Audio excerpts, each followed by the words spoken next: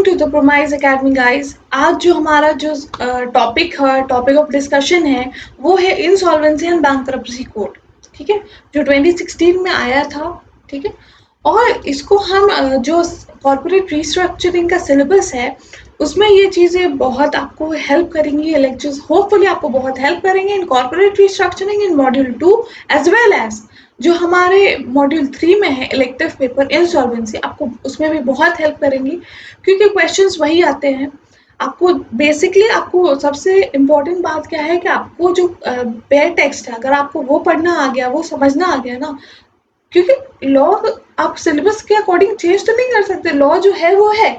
तो it is very important कि आप वो देखो, ये जब आप कवर कर लोगे ना बेयर टेक्स्ट से तो आपको वो चीज़ें और वो चीज जो इलेक्टिव पेपर है और जो सीआर का पेपर है उसमें अलग चीज़ें नहीं मिलेगी क्योंकि वो भी आईबीसी ही पढ़ाएंगे। तो इसीलिए आपको ये लेक्चर्स आई होप कि आपको हेल्प करें। और इसको हम आज से स्टार्ट करेंगे जो हमारा जो कोड है इंसॉल्वेंसी एंड बैंक्रप्सी कोड। तो स्टे ट्यून्ड, आगे आने वाले लेक्चर्स में हम इसे कवर करेंगे। और आपको मैं बता दूं कि आपको कोई भी डाउट हो तो please feel free to contact me. और हमारा जो व्हाट्सएप ग्रुप है उसमें प्लीज़ ज्वाइन कीजिए और आप मेरे को मेल कर दो, या तो मेरे मेल आईडी पे या फिर आप मेरे को कमेंट बॉक्स में अपने मेल आईडी डाल दो। मैं आपको रिवर्ट करूँगी अपने जो व्हाट्सएप नंबर है उसके साथ। ठीक है, तो let's start insolvency and bankruptcy code. चलो पहले ये सोचते हैं कि इंसॉल्वेंसी आया ही क्यों, इंसॉल्वेंसी आखिर मतलब उसकी नीड ही क्या थी आने की। तो और दूसरी बात आपको लग रहा होगा कि बाकी होते हैं रेगुलेशंस, एक्ट, ये कोड क्यों है। बिल्कुल सही जा रहे हो आप, बिल्कुल सही सोच रहे हो आप। ये कोड है। कोड का मतलब क्या होता है ना, देखो जो भी कोड्स होते हैं, एक्ट होते हैं। एक्ट एक्ट का देखो परव्यू क्या होता है, एक्ट का पर्सपेक्टिव होता है कि आपको इस चीज़ के बारे में, आपको जैसे फॉर एग्जांपल कंपनीज एक्ट है तो आपको पूरी सब कुछ बता देगा उसके बारे में, कैसे बनाना है, कैसे वाइंड अप करना है, कैसे चलाना है। वो पूरा कंप्लीट कॉम्प्रिहेंसिव डिटेल्स आपको देगा कि आपको वो चीज़ें कैरी आउट कैसे करनी है, कंपनी बनाने के बाद उसे चलाना कैसे। लेकिन कोड क्यों ज़रूरत पड़ा, देखो कोड की ज़रूरत इसलिए पड़ी ना क्योंकि जो कोड है वो देखो एक टॉपिक को लेकर, जैसे हमारे इंसॉल्वेंसी एंड बैंक्रप्सी कोड है वो बस इंसॉल्वेंसी एंड बैंक्रप्सी को लेकर ही जो भी एक्ट्स रेगुलेशंस आज तक आए हैं ना उसका एक समराइज दे देता है कि भाई आपको, क्योंकि देखो अलग अलग लॉज में, अलग अलग एक्ट्स में कुछ ना कुछ कॉन्ट्रेरी हो सकता है। तो आईबीसी कोड कोड आपको एक ऐसा यूनिफाइड दे देता है लॉ, यूनिफाइड लेजिस्लेशन, ताकि आपको कोई एक तो कंफ्यूजन खत्म हो जाए, एम्बिग्यूटी खत्म हो जाए रिगार्डिंग इंसॉल्वेंसी एंड बैंक्रप्सी। ठीक है, बिल्कुल सही। ये covers all sets of rules and regulations in a specific area. ठीक है, लेकिन एक्ट क्या होते हैं, act covers only specific set of rules and regulations in a specific area. ये देखो आपको ये चीज़ समझ आनी चाहिए, नहीं आई होगी आपको तो मैं एक बार रिपीट कर देती हूँ। इन एक्ट मतलब कि कंपनीज एक्ट, देखो आप अपने दिमाग में ये चीज़ क्लियर करो, आप एक एग्जांपल लेके समझोगे तो आपको बहुत अच्छी तरीके से समझ आएगा और इजी होगा।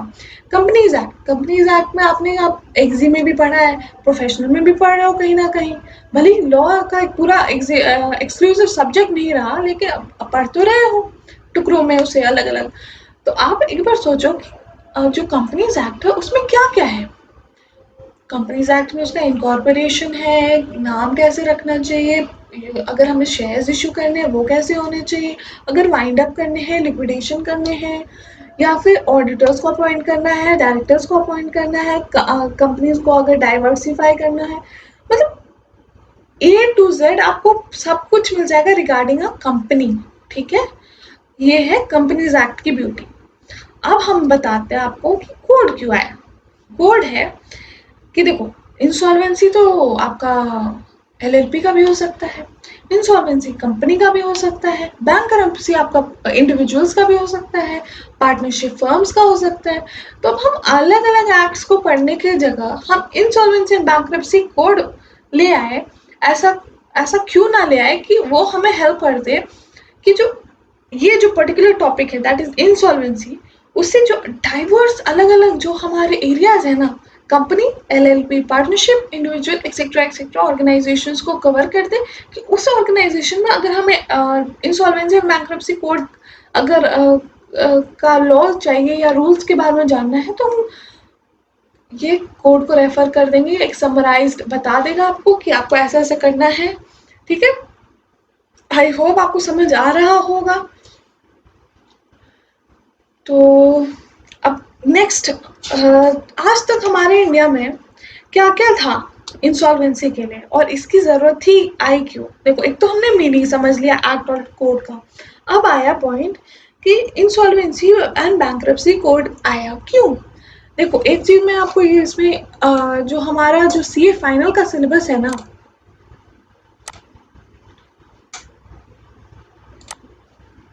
ठीक है, आपके सामने ये भी है, इसमें भी पॉइंट्स बहुत अच्छी तरीके से दिए हुए, इसमें चार्ट्स है और ये पार्टली कलरफुल है। पार्टली कलरफुल मैं इसलिए कह रही हूँ क्योंकि इसमें सिर्फ एक कलर है, दैट इज पर्पल। तो आपको ये शायद हेल्प करे, तो अगर आपको चाहिए तो आप ये आईसीए की वेबसाइट से इसे डाउनलोड कर लेना।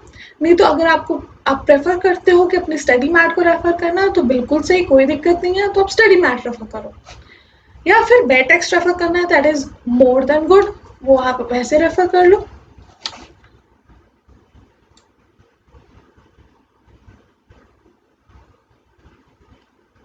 देखो, इसमें ना फायदा मैं आपको बता क्यों रही हूँ आईसीआई का वेबसाइट से ये डाउनलोड करने का, क्योंकि इस जो टॉपिक है इसमें चार्ट्स दिए गए हैं, जो चार्ट्स आपके लिए हेल्पफुल हो सकते हैं फ्यूचर में, और ये चार्ट्स को मैं रेफर करूंगी अपने वीडियोस में। तो आप बिल्कुल वेबसाइट पे जाओ, विजिट करो, एक बार देख लो कैसा है, नहीं तो मैं उसका लिंक डाउनलोड आपके डिस्क्रिप्शन बॉक्स में डाल दूंगी, आप उसे एक बार रेफर कर लेना बस। तो हम coming back to our point, तो हमारा पॉइंट क्या था कि अब ये लॉ पहले क्या था और अब क्यों आया। ये पहले था, आपको मैं एक बार बता देती हूँ, पहले हमारे इंसॉल्वेंसी एंड बैंक्रप्सी को गवर्न करने के लिए 9 लॉज आज तक इंडिया में आ चुके हैं। ठीक है, आज तक 9 लॉज आ चुके हैं। पहला था presidency towns insolvency act 1909, provincial insolvency act 1920, Indian partnership act जो पार्टनरशिप को गवर्न करते हैं 1932, companies act 1956, sick industries companies act 1985, recovery of debts due to banks and financial institutions 1993, this is the sixth one. Seventh one is Sarfacia, that is 2002, or eighth one is Companies Act 2013, and the ninth one, that is the Insolvency and Bankruptcy Code. देखो, आप देख रहे होंगे कि इतनी सारी चीजें हैं, तो इसमें और आज के एक्ट में फर्क क्या है मैं आपको बताऊंगी, और इसके बहुत सारे पॉइंट्स दिए गए हैं, तो आप एक बार समझना कि पहले के एक्ट्स में और आज के एक्ट में डिफरेंस ही क्या है। नहीं तो अगर वैसे ही था तो हम उन इंसॉल्वेंसी एक्ट्स को रेफर क्यों नहीं कर रहे, आज ये एक्ट को रेफर, ये कोड को रेफर क्यों कर रहे हैं। पहला पॉइंट है कि इंसॉल्वेंसी कोड ना इतना कॉम्प्रिहेंसिव है, इतना माइन्यूटली हर डिटेल को कवर करता है जो पहले के एक्ट्स ने नहीं किया। ठीक है, दूसरी बात, जो भी प्रोसेसेस है ना, चाहे रिकवरी हो, इंसॉल्वेंसी हो या फिर लिक्विडेशन हो, ये एक सिंगल प्लेटफॉर्म देता है, सिंगल रिलीफ देता है, सिंगल प्लेटफॉर्म रिलीफ देता है। देखो, क्योंकि अगर आपको बोला जाए कि आपने शायद देखा होगा, एक सीरियल आता था पहले, ऑफिस, जिसमें आप एक सरकारी दफ्तर में जाते हो और आपको एक डेस्क पे बोलते हैं कि आप उस डेस्क पे जाके पता करो, उस XYZ से पता करो, फिर आपको उस, तो वो चीज़ें बहुत मुश्किल हो जाती है, टाइम टेकिंग हो जाती है। ठीक है, तो इसीलिए ये एक सिंगल विंडो आ गया, एक सिंगल प्लेटफॉर्म दे दिया गया आपको, ताकि आप हर जो प्रॉब्लम्स आती है ना इंसॉल्वेंसी में कि लिक्विडेशन कैसे होगा, अगर आपका CIP फेल हो गया, या CIP बनाने का प्रोसेस क्या है, या रिवाइवल का अगर चांसेस है तो उसे कैसे रिवाइव करे कंपनी को। तो एक बेसिकली एक सिंगल प्लेटफॉर्म आपको दे दिया है कि आप उसे आगे बढ़ो और इसे फॉलो करो और अपनी कंपनी को अगर 1% भी चांसेस है ना तो उसे ज़रूर रिवाइव करने की कोशिश करो, क्योंकि अगर एक कंपनी बंद होती है ना या कभी एक ऑर्गेनाइजेशन बंद होती है ना तो सिर्फ एक ऑर्गेनाइजेशन बंद नहीं होती, उसके ऊपर निर्भर चाहे वो शेयर होल्डर्स हो, चाहे वो एम्प्लॉयज़ हो, चाहे वो आपके सप्लायर्स हो, क्लाइंट्स हो, बहुत सारे लोग अफेक्ट होते हैं। तो इसीलिए कंपनीज जो इंसॉल्वेंसी एंड बैंक्रप्सी कोड है ना उसका सबसे इम्पोर्टेंट जो एक बहुत ही अमेजिंग एंड ब्यूटीफुल फीचर है ना कि आपको रिवाइव करने का मौका देता है। कंपनी को डूबने से, खत्म होने से पहले ये आपको एक चांस देता है कि आप ये रिवाइव कर लो। अगर कोई भी माइन्यूट चांसेस भी है तब भी आप इसे रिवाइव करने की कोशिश करो, ठीक है। थर्ड पॉइंट है, सबसे अच्छी बात क्या है, ये एक टाइम लिमिट आपको दे दिया। नहीं तो अगर आप नॉर्मल जाओगे ना वाइंडिंग अप लिक्विडेशन में आपको 4 साल 5 साल आराम से लग जाते हैं।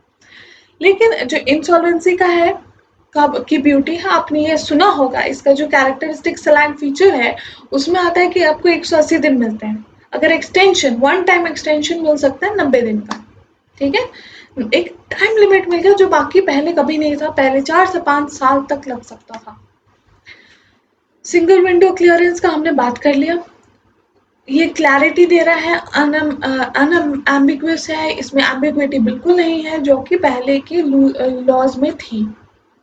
मैंने आपको कहा ना, देखो इंसॉल्वेंसी अगर आपको पार्टनरशिप फर्म का करना है तब भी आप आईबीसी में आ जाओ, एलएलपी का करना है तब भी आप आईबीसी में आ जाओ, कंपनीज का करना है तब भी आप आईबीसी में आ जाओ।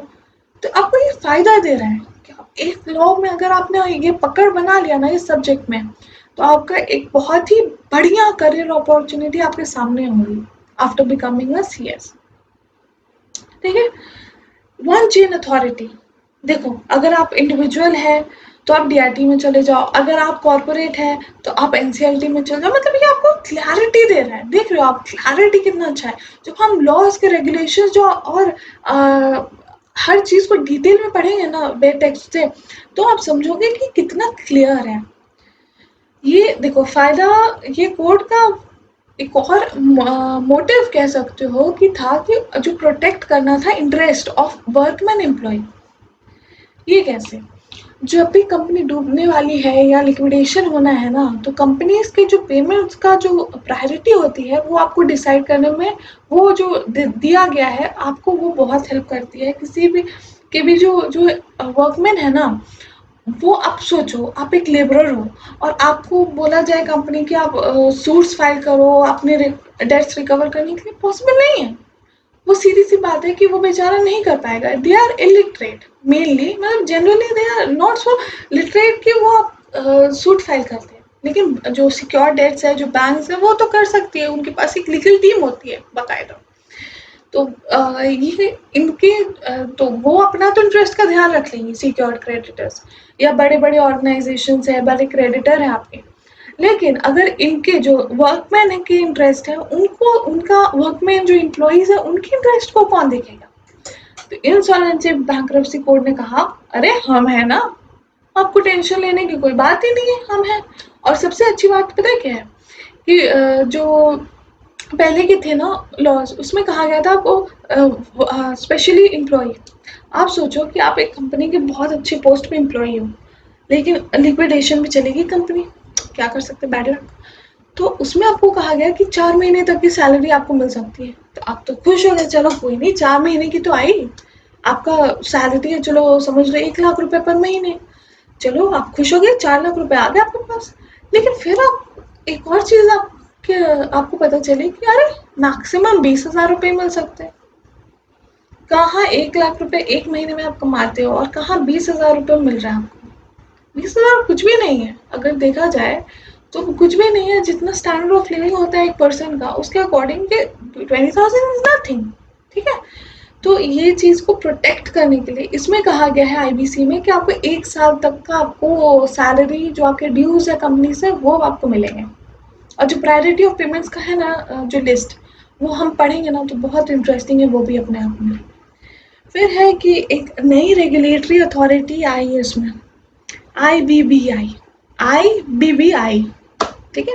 Insolvency and bankruptcy board of India ये एक ऑर्गेनाइजेशन है जो इस पूरे इंसॉल्वेंसी एंड बैंक्रप्सी कोड के राइट फ्रॉम इंसॉल्वेंसी प्रोफेशनल्स कौन होंगे, उनको वो कैसे अपॉइंट किए जा सकते हैं, मतलब ये पूरा एक डेटा बैंक तैयार रखती है कि इंसॉल्वेंसी प्रोफेशनल्स कौन हो सकते हैं आपके ऑर्गेनाइजेशन के लिए।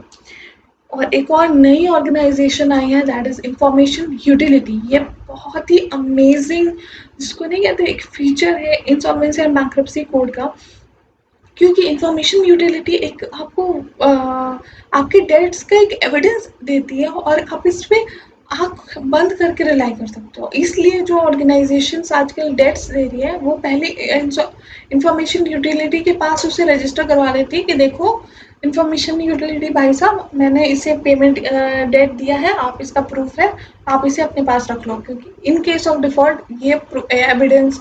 और जब आप देखोगे कि एप्लीकेशन कौन लगा सकता है, उसमें ये डेट आप पक्का याद रखना, ठीक है, मैं आपको बार बार कह रही हूँ, ये डेट का जो एविडेंस है वो बहुत काम आएगा, ठीक है। अब ये पास कैसे हुआ, ये किस डेट से आया, वो एग्जाम पॉइंट ऑफ व्यू से, चलो जनरल नॉलेज के लिए अच्छा है, पढ़ो, बिल्कुल पढ़ो, कि एग्जाम पॉइंट ऑफ व्यू से हमारा एम क्या है, एग्जाम क्रैक करना, तो हम उसे ओमिट करेंगे अभी के लिए, ठीक है। तो एक बार, तो इससे क्या हम आज यहीं तक करें, बाकी के नेक्स्ट वीडियो में इसके बाद का कि इंफॉर्मेशन यूटिलिटी क्या है, इंसॉल्वेंसी प्रोफेशनल क्या होते हैं, इंसॉल्वेंसी प्रोफेशनल एजेंसी क्या होती है, ठीक है, इसका अथॉरिटी स्ट्रक्चर, एडजुडिकेटिंग, एडमिनिस्ट्रेटिव, वो कौन है, वो हम अगले लेक्चर में समझेंगे। तो स्टे ट्यून्ड, ठीक है। हमारा ये वीडियो को प्लीज़ आप और देखना, शेयर करना, अगर अच्छा लगे तो, अगर ना अच्छा लगे तो प्लीज़ कमेंट बॉक्स में लिख के बताओ कि क्या कमी थी, क्या इम्प्रूवमेंट की के चांसेस हैं, ठीक है। और नेक्स्ट वीडियो में हम बाकी कवर करेंगे। See you in the next video, bye bye.